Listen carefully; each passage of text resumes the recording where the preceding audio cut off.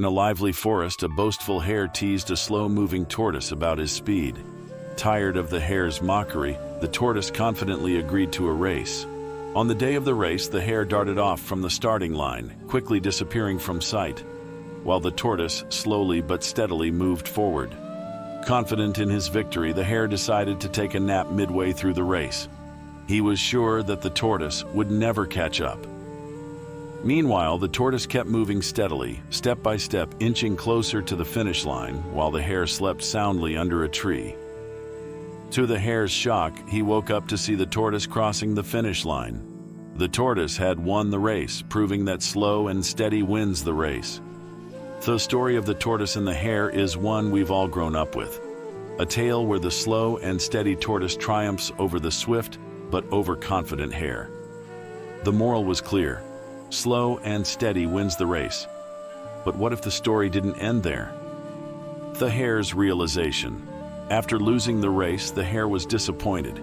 He realized that his loss was due to overconfidence, carelessness, and taking the race for granted. Determined to prove himself, he challenged the tortoise to another race. The tortoise agreed. This time, the hare gave it his all. Running without stopping from start to finish, he won the race by a wide margin. The new moral? Fast and consistent beats slow and steady. It's good to be slow and steady, but being fast and reliable is even better. But the story doesn't end there. The tortoise realized that in a straight race he couldn't beat the hare. So he proposed another race, but on a different route. The hare agreed. They started off and the hare raced ahead until he reached a broad river. The finish line was on the other side, but the hare couldn't cross.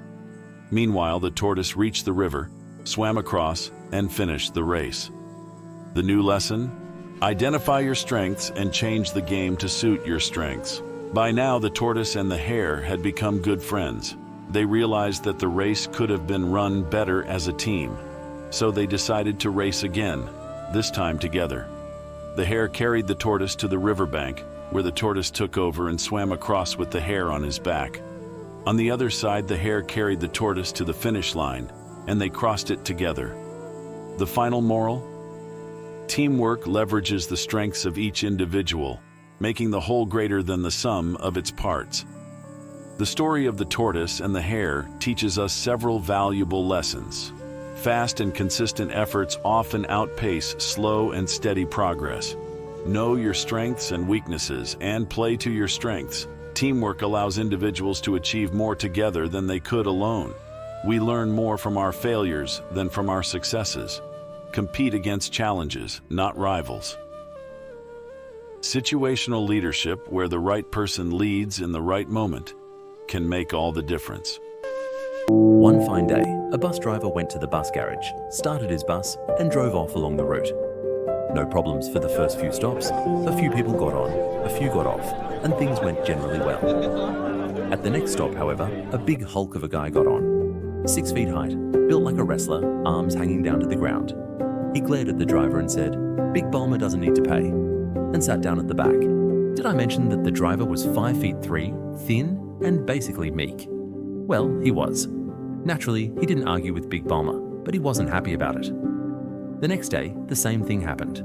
Big Balmer got on again, made a show of refusing to pay, and sat down, and the next day, and the one after that, and so forth.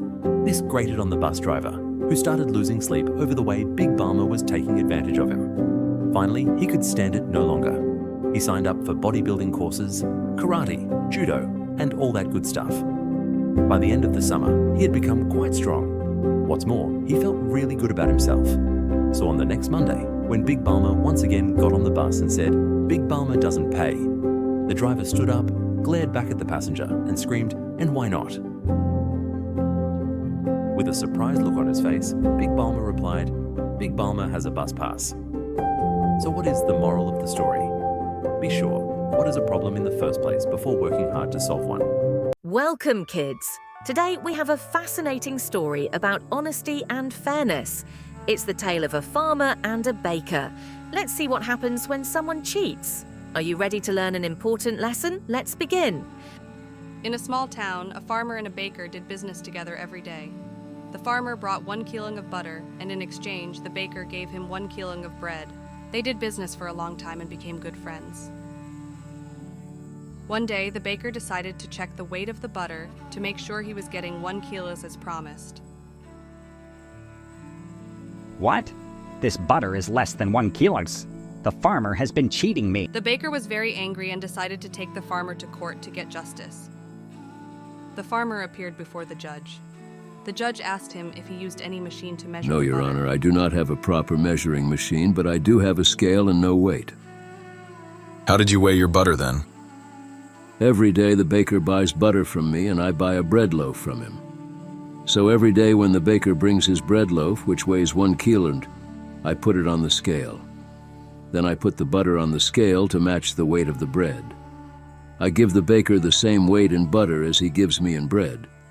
So it is not my fault. It is actually the baker's fault. I didn't even know that he was giving me lesser than what was agreed. I see now. The baker has been dishonest. The farmer is innocent. And so, kids, what is the moral of the story? What you give, you get back exactly. Remember this important lesson.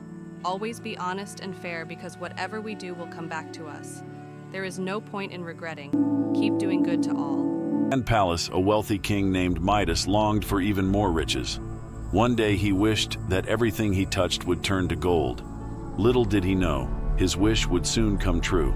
The next morning, Midas was overjoyed to find that his wish had been granted. Everything he touched, flowers, fruits, and even his furniture, instantly turned to gold. His palace gleamed with the richness he had always dreamed of. But soon Midas realized that his golden touch was a curse. When he touched his food, it turned to gold and became inedible. Worse still, when his beloved daughter ran to him, she too turned to gold with a single touch. Filled with sorrow, Midas begged the gods to take back the golden touch. He realized that his greed had cost him everything he truly loved. The gods, taking pity on him, agreed to undo the curse. Midas was overjoyed when everything returned to normal, and he hugged his daughter tightly. From that day on, he cherished the simple joys of life and never again wished for more than he needed. In a peaceful forest, there was a loving tree that cared deeply for a young boy. The boy would visit the tree every day, playing among its branches, eating its apples, and resting in its shade. The tree loved the boy more than anything else. As the boy grew older, he visited the tree less often. When he did come, it was because he wanted something. The tree, always loving, gave the boy its apples to sell for money, its branches to build a house, and its trunk to make a boat. Years passed, and the boy, now an old man, returned to the tree. The tree, now just a stump, apologized for having nothing left to give. But the old man didn't need much, just a quiet place to sit and rest. The tree was happy to provide that too. The old man sat on the stump and the tree was content. Even as a stump, the tree was happy to be of service to the one it loved. The tree and the man sat together in peaceful silence, the tree's final gift being the comfort it provided in the end. The story of the giving tree teaches us that true love is selfless and enduring. Even when we have little left to give, our love and kindness can still make a difference in the lives of others. In giving, we find our greatest joy. There was once a poor farmer who had a hen that laid a golden egg every day. The farmer was overjoyed and thanked his lucky stars for such a wonderful hen. Each day the farmer sold the golden egg and began to grow rich. As the farmer's wealth grew, so did his greed. He began to think, if the hen lays a golden egg every day, there must be a treasure of gold inside her. If I can get all the gold at once, I'll be rich beyond measure. Driven by greed, the farmer decided to kill the hen to get all the gold at once. He grabbed a knife and cut the hen open, only to find that there was nothing inside but the usual insides of a hen. His precious source of wealth was gone forever. The farmer realized his foolishness too late. He had destroyed the very thing that had brought him wealth and happiness. Now, with no hen and no golden eggs, he was left with nothing but regret and sorrow. The moral of the story is that greed can lead to loss. The farmer's impatience and greed cost him everything he had.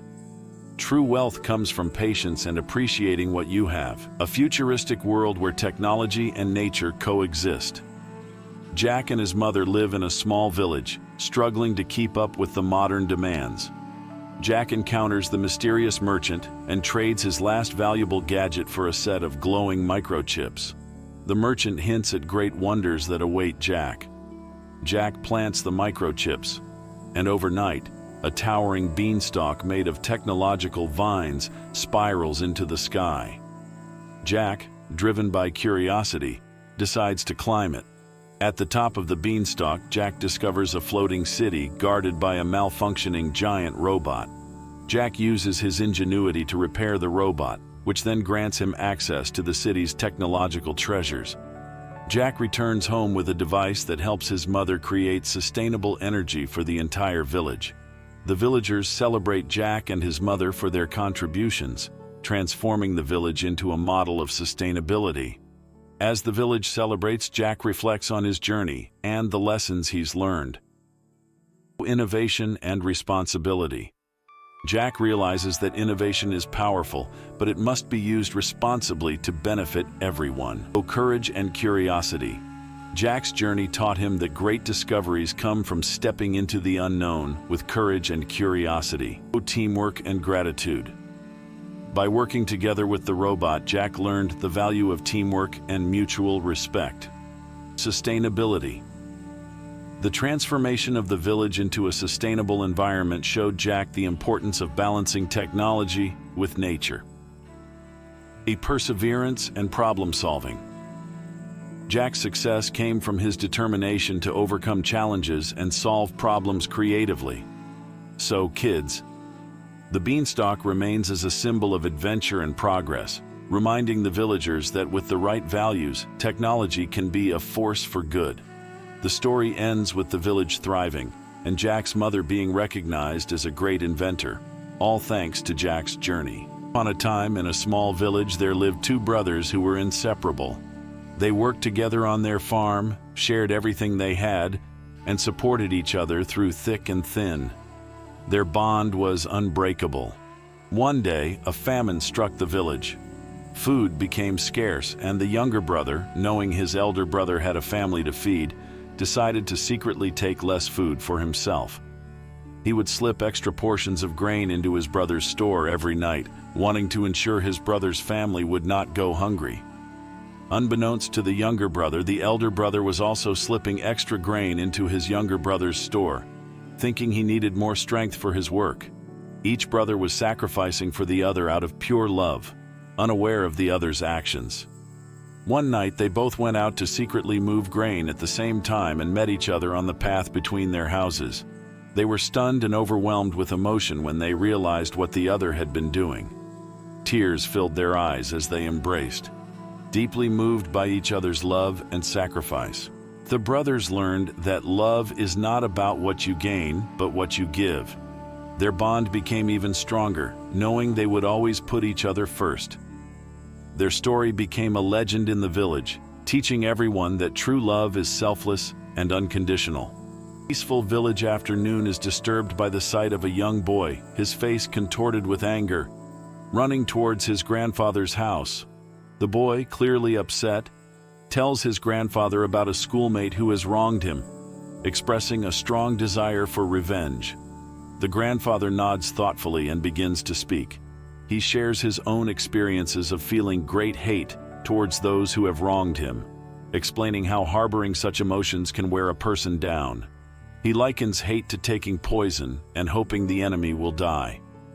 The grandfather continues, telling the boy about the two wolves that live inside him. One wolf is good, calm, and peaceful, living in harmony with all around him. The other wolf is full of anger, fighting everyone and everything, unable to think clearly because of his hatred. The boy, deeply intrigued by the story, asks his grandfather which wolf wins the battle inside him. The grandfather smiles gently and replies, "I will answer. Before that, please subscribe to this channel." That it is the wolf he chooses to feed. One night a man had a dream. In his dream, he found himself walking along a serene beach, the soft sand beneath his feet, and the gentle sound of the waves accompanying his steps. But he wasn't alone. Walking beside him was the Lord, a comforting presence by his side. The sky above was vast and clear, and as they walked, scenes from the man's life began to flash across the sky. As the man watched the scenes unfold, he noticed something remarkable in the sand. For each scene of his life that passed by, there were two sets of footprints left behind, one belonging to him and the other to the Lord. The man felt a deep sense of peace, knowing that the Lord had walked beside him throughout his life, through every joy and every challenge. But as the man continued to watch, he noticed something that troubled him. During the most difficult and sorrowful times in his life, the times when he felt lost, alone, and overwhelmed, there was only one set of footprints in the sand. Confusion and sorrow filled his heart as he looked back at those lonely prints. How could this be? Where was the Lord when he needed him the most? Distressed, the man turned to the Lord and asked, "Lord, you said that once I decided to follow you, you would walk with me all the way. But I have noticed that during the most troublesome times in my life, there is only one set of footprints. Why? Why did you leave me when I needed you the most?" The man's voice was filled with pain and longing for an answer. The Lord looked at the man with deep love and compassion and replied, "My precious, precious child, I love you, and I would never leave you. During your times of trial and suffering, when you see only one set of footprints, it was then that I carried you." The man's heart swelled with understanding and gratitude, realizing that he had never been alone. One evening, Tanali Raman, the witty and clever court jester of King Krishna-devaraya, overheard a conversation outside his house. Two thieves were planning to rob his house that very night. Tanali knew that his house didn't have much wealth, but he also knew that the thieves wouldn't believe that and would search his house thoroughly. Instead of panicking, Tanali decided to teach the thieves a lesson. He went inside his house and loudly told his wife, "We have some jewels and gold coins that we need to hide. The best place to hide them is inside the large trunk in the backyard, where nobody will think to look." Tanali's wife, understanding his plan, played along. She replied, "Yes, that's a good idea. Let's put all our valuables in the trunk and fill it with bricks so that no one can move it easily." Tanali and his wife then filled the trunk with heavy bricks, making sure the thieves, who were eavesdropping, could hear everything. They pretended to struggle as they carried the trunk out to the backyard and locked it securely. The thieves, convinced that the trunk was full of valuables, waited until Tanali and his wife went to bed. Under the cover of darkness, they sneaked into the backyard and began dragging the heavy trunk away, excited about the loot they thought they had just stolen. After a long and exhausting struggle, the thieves managed to get the trunk to their hideout. However, when they opened it, they were shocked to find only bricks inside. Realizing they had been tricked, they were too embarrassed to return to Tanali's house to confront him. The next morning, Tanali Raman visited the king's court and narrated the entire incident. The court burst into laughter at the wit and intelligence of Tanali Raman. The thieves, on the other hand, learned their lesson and never dared to attempt robbing Tanali's house again. Moral of the story: cleverness and presence of mind can help one overcome difficult situations and outwit even the most cunning of adversaries. A small village, nestled among tall trees, there lived a hard-working woodcutter. One day, as the first light of dawn broke, the woodcutter set out to fell a large tree. He worked tirelessly, swinging his axe from morning till evening, but despite his efforts, the tree stood firm, barely cut through. As the day wore on, a passerby happened to notice the woodcutter's relentless struggle. The passerby observed the man from a distance, noticing how the woodcutter was pouring all his energy into cutting the tree, yet making little progress. Curious and concerned, the passerby approached the woodcutter and gently suggested, "Why don't you take a moment to sharpen your saw blade? It might make your work easier and faster." The woodcutter, drenched in sweat and frustration, barely looked up. "Don't you see? I'm busy cutting this tree. I don't have time to sharpen the blade," he snapped, continuing to hack away at the stubborn wood. The passerby smiled knowingly and replied, Sometimes we must take a small pause to make our efforts more effective. But the woodcutter, too focused on the task at hand, ignored the advice and kept working with his dull blade. The sun eventually set and the tree still stood tall, much to the woodcutter's dismay. Moral of the story: in our quest to achieve our goals, we often overlook the importance of updating our skills and tools. Just like the woodcutter who refused to sharpen his saw, we may find ourselves stuck in our ways, thinking we are too busy to improve. But remember, if we don't take the time to sharpen our skills, we risk becoming outdated in an ever-changing world. Always make time to learn, grow, and adapt, because if you're not updated, you'll soon be outdated. Warm summer's day, a hungry fox was walking through the forest. As he wandered, he spotted a bunch of juicy, ripe grapes hanging from a vine high above. The grapes were plump and luscious, making the fox's mouth water with anticipation. Determined to eat the grapes, the fox leaped into the air, trying to grab them with his sharp teeth. But the grapes were hanging too high, just out of reach. The fox tried again, leaping higher this time, but still, he couldn't reach the tempting fruit. After several attempts, the fox began to feel frustrated. He backed up, took a running start, and jumped as high as he could. But no matter how hard he tried, the grapes remained beyond his grasp. The fox panted and sat down, staring angrily at the grapes. Finally, the tired and hungry fox realized that he couldn't reach the grapes. He stood up, shook the dust off his fur, and turned his back on the vine. As he walked away, he muttered to himself, "Those grapes are probably sour anyway. Who wants them?" And so the fox left the forest, empty-handed and hungry. The moral of the story is simple. It's easy to despise what you cannot have. This tale teaches us not to give up too easily, and not to pretend that something is worthless just because we can't attain it. In a forest by a wide river, a clever monkey lived happily in a tall jamun tree. The tree provided him with sweet fruits, and he spent his days enjoying the delicious berries. One day, a hungry crocodile swam up to the riverbank. The monkey, feeling generous, offered him some jamun fruits. The crocodile loved the fruits and came back every day. Over time, they became good friends. One day, the crocodile told his wife about the sweet jamun fruits.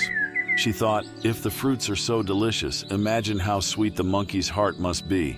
She demanded that her husband bring the monkey to her so she could eat his heart. Reluctantly, the crocodile invited the monkey to his home, saying he wanted to introduce him to his wife. The monkey, trusting his friend, agreed and climbed onto the crocodile's back. As they swam across the river, the crocodile revealed his wife's plan. Thinking quickly, the monkey pretended to be shocked and said, "Oh no, I left my heart in the jamun tree. Take me back so I can get it." The crocodile, not realizing the trick, swam back to the tree. Once there, the monkey jumped off and climbed to safety, laughing at how he had outsmarted the crocodile.